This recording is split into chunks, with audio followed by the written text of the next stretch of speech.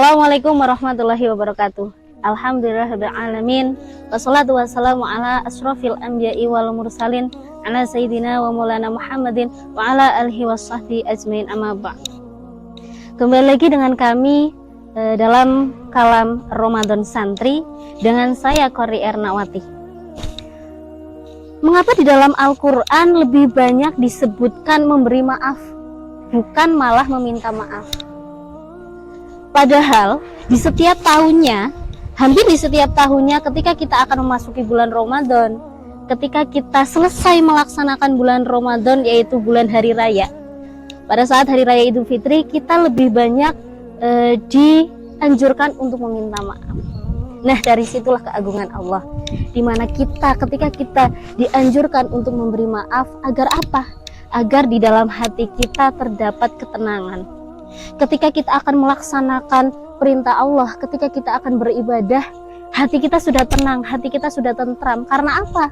Karena kita sudah meminta maaf, karena kita sudah memaafkan sesama. Tidak ada dendam di antara kita. Contohnya saja ketika seseorang antara orang A dengan orang B itu saling bermusuhan.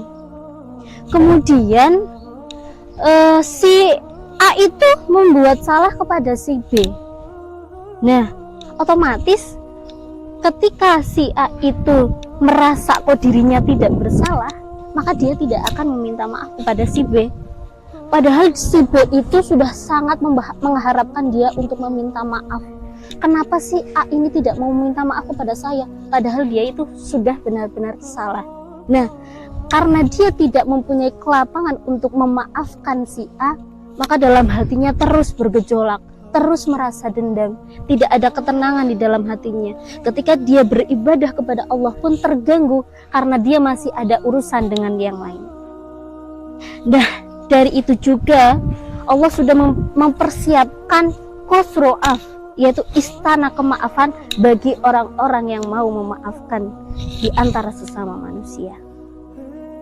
Kemudian dijelaskan dalam Al-Qur'an, surat Al-Imran ayat 133 dan 134.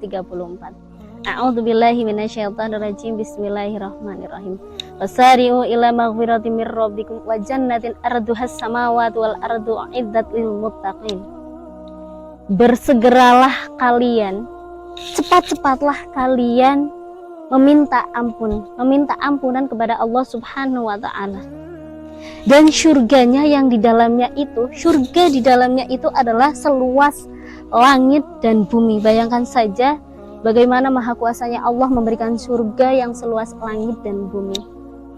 Yang surga itu diperuntukkan bagi orang-orang yang bertakwa.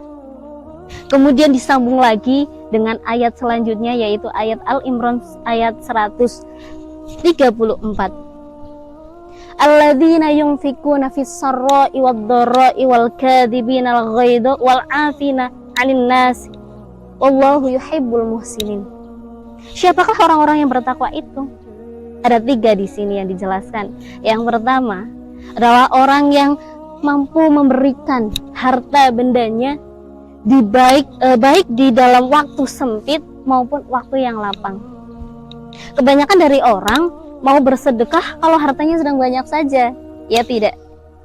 Contoh, ketika kita mempunyai uang 1000, kita mensedekahkannya 500, tidak ada berat di hati kita. Kita ikhlas. Tetapi kalau kita punya uang 10 juta, kemudian kita menginfakannya 5 juta, itu sangat berat di hati kita. Makanya kenapa dianjurkan untuk bersedekah, untuk memberi di waktu yang sempit maupun waktu yang lapang. Kemudian yang kedua adalah orang-orang yang mampu meredam amarahnya, orang-orang yang mampu menahan emosinya. Itu juga termasuk orang-orang yang bertakwa. Dan yang ketiga adalah ini poin kita, orang-orang yang mampu memberi maaf, orang-orang yang mampu legowo. Ketika ada orang-orang yang menyakiti hati kita, kita sudah langsung tidak apa-apa, kita memaafkan orang itu. Ketiga orang itulah yang dijanjikan Allah mendapat jannahnya yang seluas langit dan bumi. Adapun sebuah kisah di sini yang mengisahkan seorang cicit baginda Nabi Muhammad SAW yang bernama Ali Zainal Abidin bin Ali bin Abi Thalib, yang pada saat itu dia menyaksikan sendiri bagaimana keluarganya dibantai habis-habisan, saudaranya dibunuh. Kemudian berlambat tahun, waktu terus berjalan sampai Ali Zainal Abidin ini beranjak dewasa. Orang yang ikut membantai tersebut itu menjadi orang miskin, orang gila, kemudian menjadi orang yang tidak punya. Tetapi di Madinah itu ditampung oleh Ali Zainal Abidin. Ditampung, diberi makan, dinafkahi, dirawatnya. Orang-orang heran kepada beliau. Kemudian menanyakan, kenapa kamu memperlakukan sedemikian rupa? Padahal mereka dulu itu adalah orang-orang yang membuat kamu sekarang itu menjadi tidak punya siapa-siapa. Kemudian beliau menjawab, orang pendendam itu diibaratkan seperti ketika kita meminum racun, tapi kita berharap orang lain yang akan meninggal, orang lain yang mati. Apakah itu yang dilakukan oleh orang-orang yang berakal?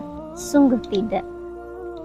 Jadi selagi kita diberikan oleh akal sehat, bisa berpikir dengan jernih, kita maafkan, kita ampuni orang-orang yang memberikan atau orang-orang yang menyakiti hati kita. Walaupun orang itu tidak layak mendapat ampunan, setidaknya kita layak menjadi orang yang memaafkan mereka. Itu yang wajib kita tegaskan di sini. Kemudian ditegaskan lagi oleh Umar bin Abdul Aziz radhiyallahu anhu. Beliau mengatakan, carilah kemaafan Allah dengan cara memaafkan orang lain, dan carilah ampunan Allah dengan cara mengampuni kesalahan sesama manusia. Jadi marilah kita memaafkan orang-orang yang berbuat salah kepada kita. Kita bersihkan hati kita dari rasa dendam, kita sucikan hati kita, maka hidup kita akan terasa tentram, hidup kita akan terasa nyaman tanpa adanya rasa dendam kepada orang lain, kepada sesama manusia. Mungkin hanya itu yang bisa saya sampaikan. Segala kesalahan datangnya dari saya pribadi, dan segala kesempurnaan hanya datangnya dari Allah Subhanahu wa Ta'ala. Wallahul muwaffiq ila aqwamit thoriq. Wassalamualaikum warahmatullahi wabarakatuh.